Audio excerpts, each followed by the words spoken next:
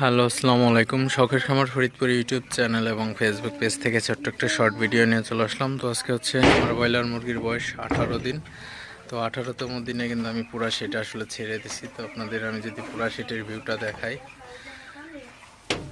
তো আপনারা দেখতে পাচ্ছেন আসলে আমার ব্রয়লার মুরগির পুরা সেটটা।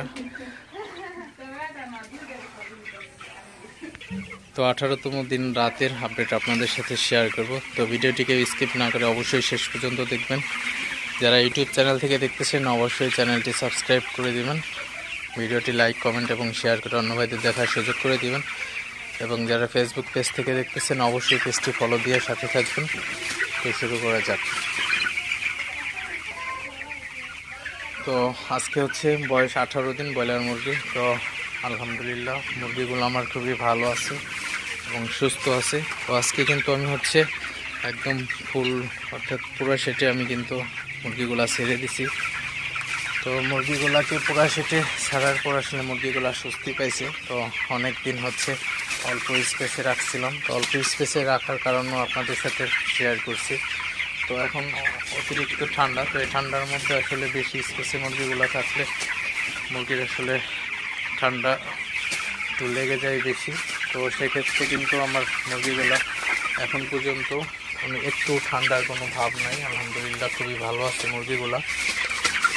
এবং আমি মুরগিগুলাকে সবচেয়ে বেশি যত্ন করি। তো যত্ন করার একটাই কারণ মুরগিগুলা যাতে অসুস্থ না হয়। তো একটা খামারি আসলে জানেন যে মুরগিগুলা তার খামারে যদি অসুস্থ হয়ে যায় তো সেই খামারিটা আসলে কতটা দুশ্চিন্তায় পড়ে যান।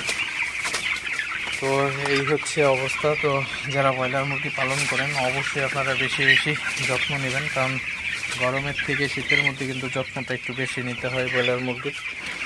তো কারণ ঠান্ডার মধ্যে ব্রয়লার মুরগির ঠান্ডা লেগে যেতে পারে। তো এমনিতেই সাধারণত ব্রয়লার মুরগি কিন্তু আপনার 20 দিনের পর থেকে ঠান্ডার ভাব চলে আসে। তো যদি আপনি সঠিক পরিচর্যা না করতে পারেন সেক্ষেত্রে কিন্তু ঠান্ডা লেগে যাবে, ঠেকাইতে পারবেন না। তো এই জন্যই হচ্ছে আপনারা যারা ব্রয়লার মুরগি পালন করেন একটু কষ্ট বেশি হলেও একটু সময়টা বেশি দেন।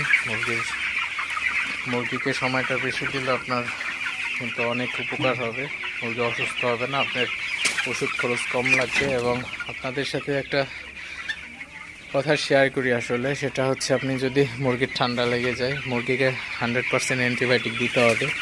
তো অ্যান্টিবায়োটিক ওষুধ দিলে কিন্তু বড় ধরনের একটা সমস্যা হয়ে যায়। মুরগির ওজন বৃদ্ধি হয় হচ্ছে 20 দিনের পর থেকে।